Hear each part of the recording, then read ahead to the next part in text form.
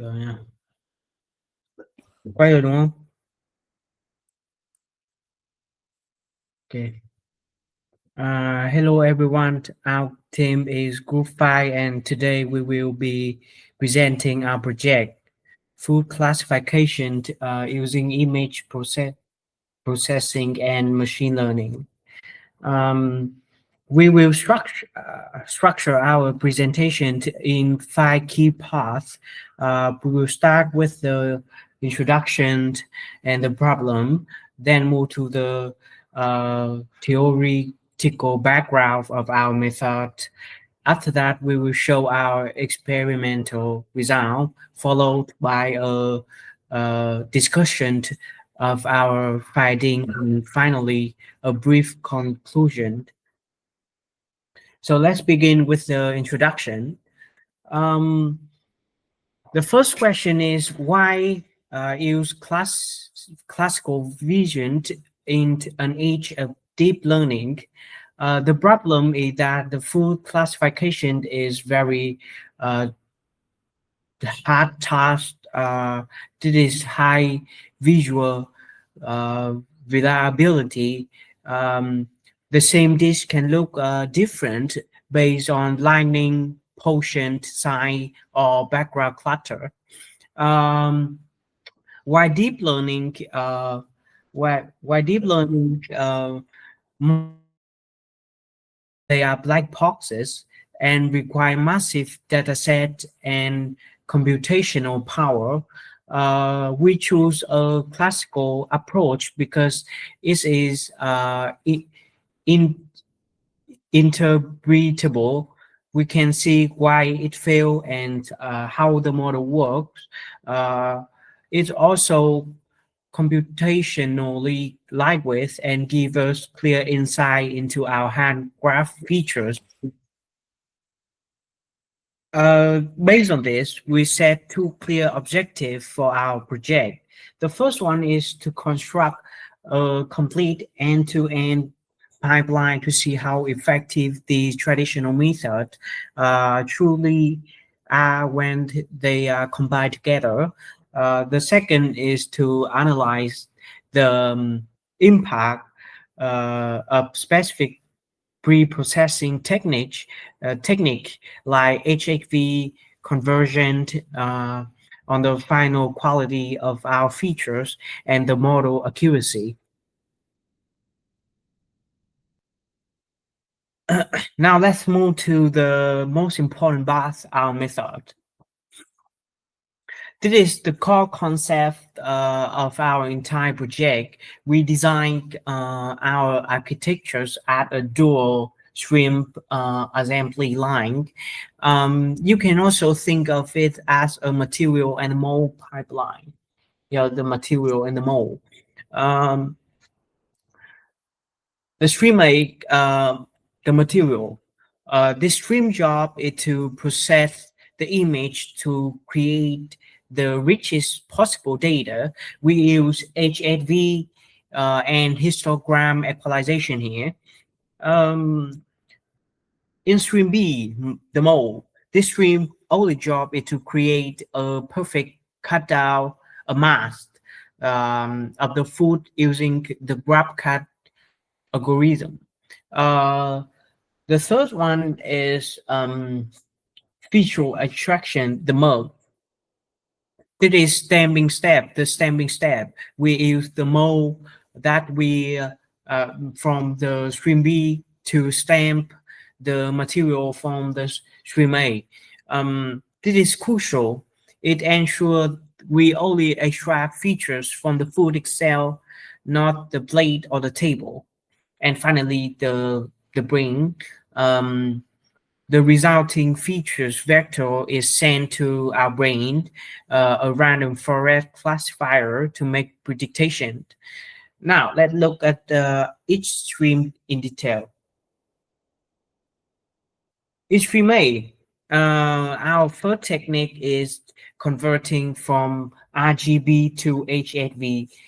Um, the RGB color space is very sensitive to lighting, shadows, and by converting to H and HV, we decouple the pure color, uh, the H from the brightness V, the value. This make our color features from H in H much more stable and robust against the lightning chains, and um, you will find in a restaurant or in a kitchen. Yeah. Um, yeah. The next technique is histogram equalization. Um, we apply histogram equalizations, but only to the V channel, the value or the brightness, because the V channel contain all the textures information, the breadcrumbs, the shiny surface of the broth, the layer of an onion. The H and H channel contain the color info, which we want to leave unchanged. And by applying histogram equalization just to the V channel, we shrink its contrast, making all those subtle textures bob. This give us this give our textures attraction, the GLCM, much better data to analyze. Here we also provide the formula. Okay, let's go to the stream B, the mole. Uh, Creating the mode. For this, we use the GrabCut algorithm. Uh, the GrabCut is not a simple filter. It's based on graph theory. It's model the image at a graph a pixel and find the minimum cut to separate the foreground, which is the food, and the background. Um, this it does this by minimize a code function here. Take an example for the GrabCut. Uh, to explain GrabCut simply, let's look at this 3 times 3 pixel grill image. Imagined B5 is our food. The surrounding pixels, like B3 or B9, are the blade. But we have a tricky pixel, the basic. Its value is 90. In the middle is food or blade. Okay. Mm. First, the algorithm learned from the known area.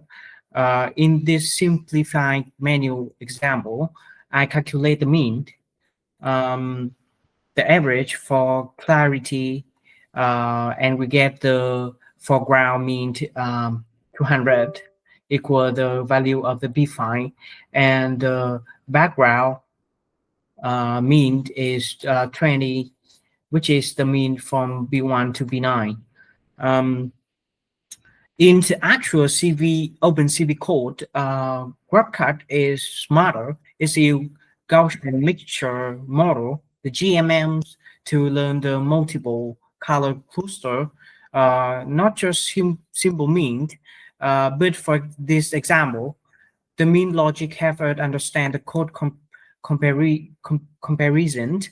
Um, so as you know before that um, the purpose of this algorithm is minimizing the cost function here, which is the total of data cost and smoothness cost. And let's focus on the basic. First, we get the data code. Now the GrabCut asks the basic that which color do you look like? If the basic is background, we'll get the um, value of the result of 70. And if the basic is foreground, we'll get the result of 110. Okay, the result, the color-wise, basic prefer to be the background because mm, 70 is cheaper. Next, we move to the smoothness cost with the formula of the B penalty here. Um, so first we have the cutting P6 from B3. Uh,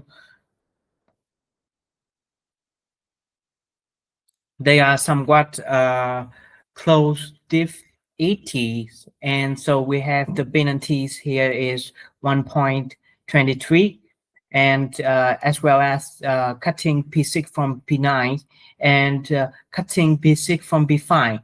We get here the penalties of the value of penalties of zero point 0.9. Next, we move to the final decision, to the mean cut. Mm, Now we calculate um, the total cost for two uh, scenario. The first is basic is background. It matches the color well. Um,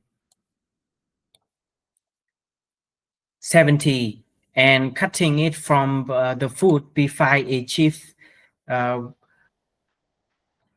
zero point 0.9, so the total cost will be 70.9. And the second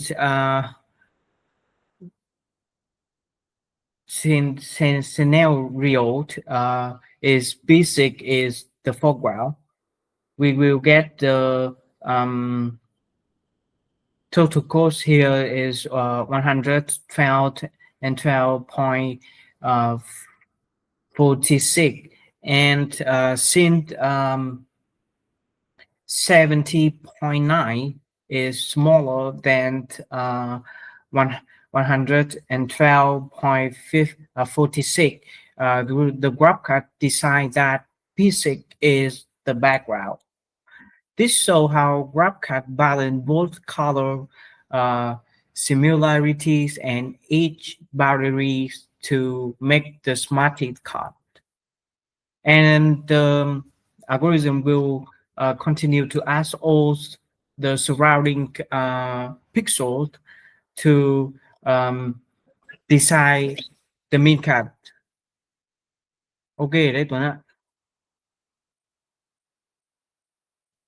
Now we are at the merge step. This is where we build our hybrid feature vector. First, we get our color features.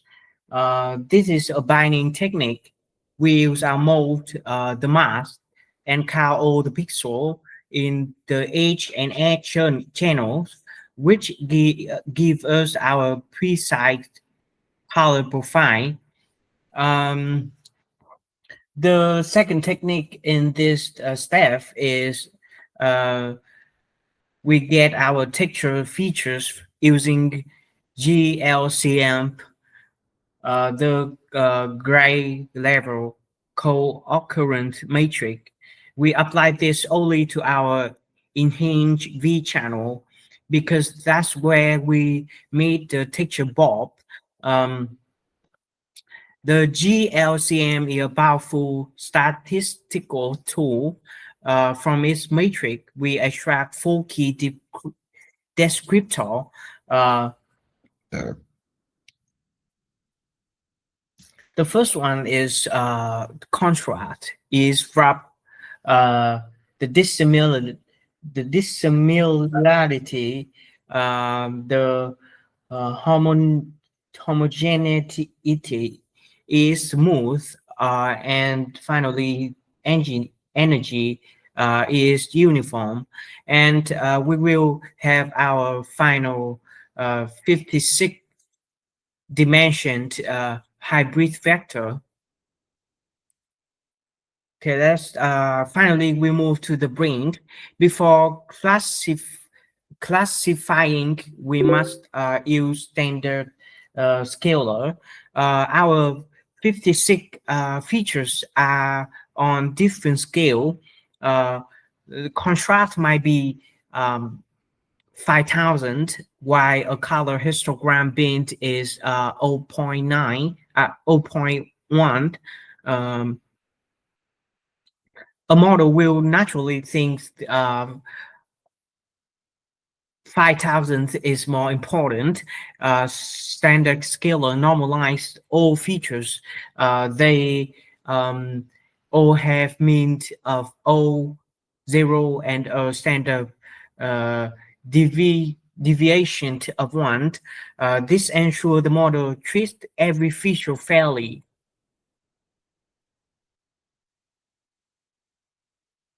Our brain is a random forest classifier. This is an uh, e- ensemble model. Instead of choosing one genus, decision tree, a random forest build hundreds of good enough trees. Is avoid overfitting by using two key techniques: uh, bagging, training each tree, training each trees on a random sample of data, and features randomness. Each trees only get to see a random subset of features, and the final prediction is simply a simple majority vote from all 100 trees. This makes the model extremely stable and accurate. Here's the overall processing flow.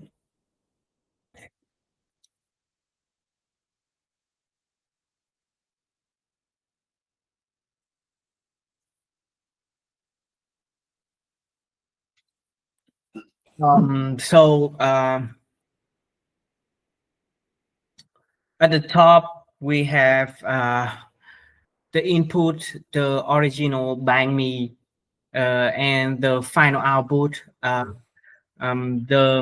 our 56 dimensioned vector.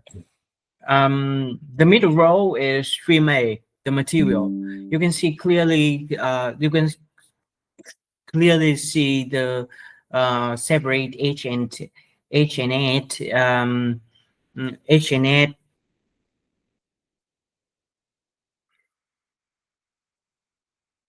and our hash contrast equalized the V channel. After equalize, um, the bottom row is stream B, the mole, and the merge. You see the combined image, clean mass, and finally the large image, the material plus the mold. This is exactly what our features extractor see before it calculate the final 56 dimensioned vector. Now let's see how this pipeline perform. Let's look at the result. Okay, here's the result. Uh, from the data, we can see the overall accuracy of um, 66% with a macro F1 score of 0.65 for classical non-deep learning pipeline on such a complex task. This is very reasonable and solid baseline performance. Okay.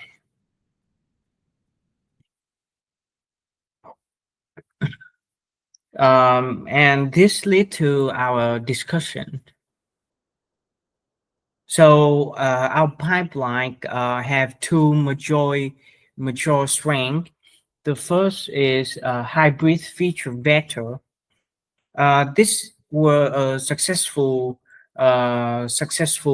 strategy by combining both color and textures. Our model can distinguish food that might look similar in one category but not the other. Second is robust segmentation. Using GrabCut for the most for the right choice is create a clean mask and ensure we are uh, analyzing the food, not the plate.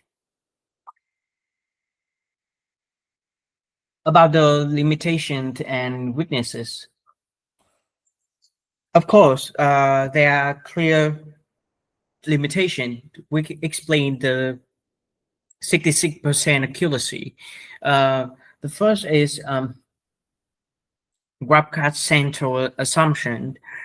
This is our biggest weakness. The code assumes the food in the center uh, 90% of the image. If a photo is taken with the food on the far edge, the mode is wrong and the prediction will fail. Um, the second is the speed.